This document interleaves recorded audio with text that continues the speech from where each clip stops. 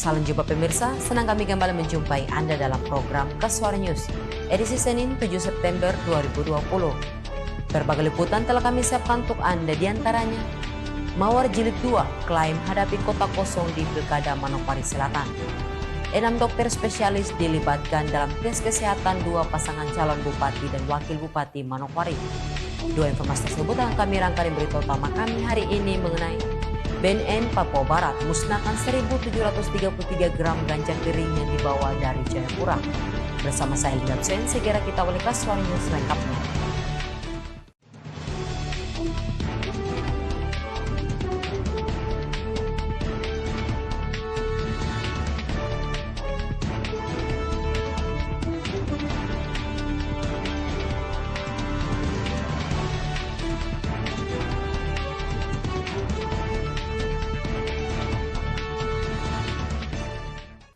Badan Narkotika Nasional BNN Provinsi Papua Barat lakukan pemusnahan barang bukti ganja kering seberat 1.733,9 gram.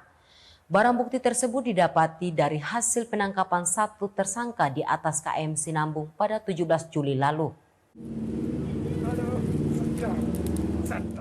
Pemusnahan barang bukti ganja kering dilakukan di depan kantor BNN Papua Barat Senin 7 September 2020. Sebelumnya barang bukti itu diamankan dari tangan tersangka di atas kapal motor Sinabung yang bertolak dari Pelabuhan Jayapura menuju Kota Sorong pada 17 Juli lalu.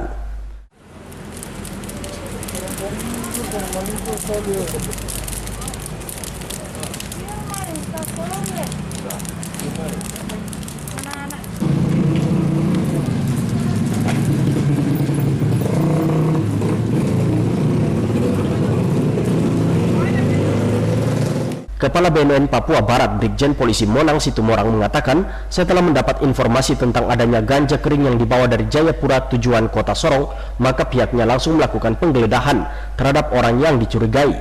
Dari hasil penggeledahan, berhasil didapati barang bukti ganja kering seberat 1.733,9 gram. Monang menambahkan bila dirupiahkan, total harga ganja kering itu diperkirakan mencapai 170 juta rupiah. Dan setelah kita lakukan ini, kita melakukan penggeledahan, yaitu barang bukti berupa ganja ini seberat 1.733,9 gram atau setara dengan 1 kilogram 7 on 33,9 gram. Itu kalau diuangkan kira-kira berapa? Kalau kira-kira kalau diuangkan ini ya di sini 1 gramnya bisa bersekitar 1 juta 1 gramnya. Berarti 1 gramnya itu kurang lebih berat 1 gram 1 ons. Nah, jadi 1 on kurang lebih ini kalau kita hitung sekitar 170 juta. Diungkapkan Kepala BNN Papua Barat, modus yang digunakan oleh pelaku adalah dengan cara menitip barang kepada kurir dari Jayapura menuju Kota Sorong. Namun setelah dilakukan pengecekan untuk penangkapan pelaku di Kota Sorong, kurir tersebut tidak mengetahui keberadaan penerima ganja kering itu. Kurir ini mengaku setelah tiba di Sorong, ia akan langsung dihubungi melalui telepon oleh penerima. Menitip barang ya, jadi dititipkan kepada kurir ya atau caranya ini untuk dibawa ke Sorong untuk diterima oleh seseorang di Sorong. Nah, namun sesampainya di Sorong ini kita kejar lagi ininya, yang bersangkutan yang membawa ini dia tidak mengetahui siapa yang di Sorong. Jadi nanti ketika sampai di Sorong dia akan ditelepon oleh seseorang. Jadi yang bersangkutan hanya kurir ya? Kurir dan dia mengetahui barang itu. Oh, itu kan ya. Sasarannya di Sorong ini bandar besar atau? Ya inilah ketika kita tanya sama si tersangka ini, dia tidak bisa menyebutkan siapa dan alamatnya di mana. Tetapi dengan ini nanti ketika sampai di Sorong, dia akan dihubungi oleh seseorang.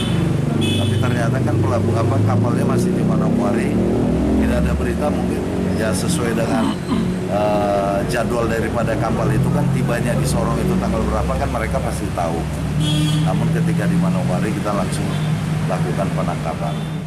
Untuk pasal yang disangkakan terhadap tersangka, yaitu pasal 111 ayat 1 dan 2, subsidiar pasal 131 Undang-Undang Nomor 35 Tahun 2009 tentang narkotika dengan ancaman hukuman 10 tahun kurungan penjara. Natalindo Trewai mengabarkan.